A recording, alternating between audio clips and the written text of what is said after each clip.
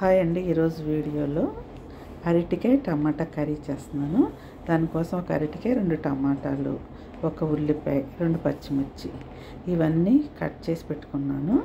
అలాగే కర్రీ కోసం బాండీ పెట్టి ఆయిల్ పోసి కాగిన తర్వాత ఆవాలు, జీలకర్ర అవి పేలాలండి. పేలిన తర్వాత ఒక చిన్నది ఎండుమిర్చి, ఒక వెల్లుల్లిపాయ రెబ్బ ఇవన్నీ కొంచెం ఫ్రై అయిన తర్వాత కట్ చేసి పెట్టుకున్నవన్నీ ఒకేసారి వేసేసుకోవచ్చు.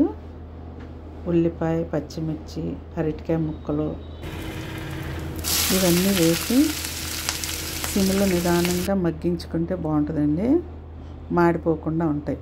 ఈ అరటికాయ ముక్కలతో పాటు ఉల్లిపాయ ముక్కలు కూడా మగ్గిపోతాయి.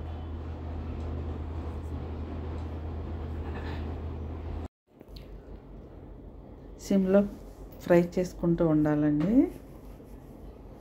ఇప్పుడు కొంచెం కరివేపాకు కూడా వేసేసుకుంటే, లేదంటే ఉల్లిపాయలు ముందు మనం ఫ్రై చేసుకుని తర్వాత అరటికాయ అయినా వేయచ్చు, ఎలా అయినా వేసుకొని ఫ్రై చేసుకోవచ్చు. ఇవన్నీ కొంచెం మగ్గాలండి బాగా.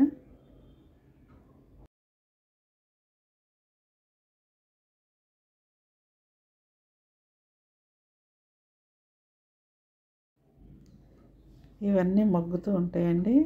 అడుగంటకుండా మనం గరిటతో తిప్పుతూ ఉండాలి. అరటికాయ కదా, గిన్నెకి పట్టేస్తూ ఉంటుంది. తిప్పుకుంటూ ఫ్రై చేసిన తర్వాత టమాటా ముక్కలు కూడా వేసి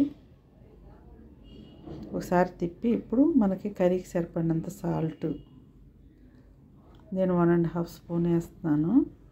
అలాగే పసుపు ఈ రెండు కూడా వేసి మళ్ళీ కలిగి పెట్టి మూత పెట్టేస్తే బాగా మగ్గిపోతాయండి. సాల్ట్ వేసాం కదా, టమాటా కూడా త్వరగా మగ్గిపోతాయి.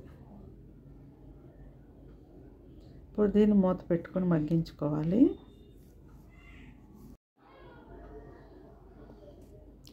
మూత పెడితే ఈజీగా మగ్గిపోతాయండి. చూసారుగా, ఇలా మగ్గిన దాంట్లో ఇప్పుడు మనం కర్రీకి సరిపడగా కారం వేసేసుకుంటే సరిపోద్ది.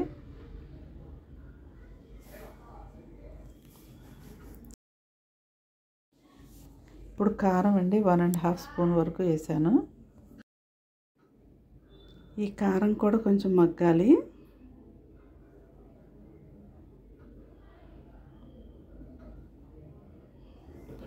జస్ట్ కొంచెం పచ్చివాసన పోయే వరకు మగ్గించి ఇప్పుడు వాటర్ పోసుకోవాలండి. మనకి పలసగా కావాలంటే పలసగా, లేకపోతే చిక్కగా కావాలంటే చిక్కగా, దానికి తగ్గట్టుగా మనం వాటర్ పోసుకోవాలి. నేనైతే ఇప్పుడు ఈ కర్రీలో చింతపండు అయితే వేయనండి, ఇలాగే టమాటా మాత్రం వేసి వండుతాను. చాలా బాగుంటుంది ఈ కర్రీ. మీరు చింతపండు వేసి చేసేవాళ్ళు అయితే ఒకసారి ఇలా ట్రై చేయండి, చాలా బాగుంటుంది. ఇప్పుడు కర్రీకి సరిపడినంత వాటర్ పోసుకోవాలండి. మనకి గ్రేవీ ఎక్కువగా కావాలి అనుకుంటే కొంచెం ఎక్కువ పోసుకోవాలి వాటర్. నేనైతే ఎక్కువగానే పోస్తాను. మా ఇంట్లో మరీ చిక్కగా ఉంటే తినరు, అందుకని కొంచెం ఎక్కువగానే పోసానండి. ఇప్పుడు ఈ వాటర్లో ముక్కలు ఉడుకుతూ ఉండాలి. ఈ మూమెంట్లో మనకి ఉప్పు, కారం అన్నీ సరిపోయినాయో లేదో చూసుకుని, ఏదైనా తక్కువైతే ఇప్పుడు వేసుకొని ఉడికించుకోవాలి. అలాగే కొత్తిమీర కూడా వేసుకుంటే చాలా బాగుంటుందండి. నా దగ్గర కొత్తిమీర లేదు, వేయలేదు.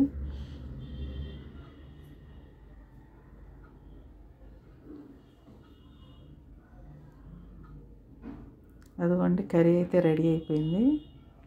మాకల్లా కొంచెం పలచగానే ఉండాలి.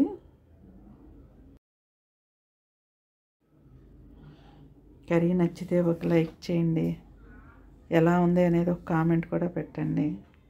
కొత్త వాళ్ళు చూస్తున్నట్లయితే మా ఛానల్ని సబ్స్క్రైబ్ చేసుకోండి. థ్యాంక్ యూ అండి, బాయ్.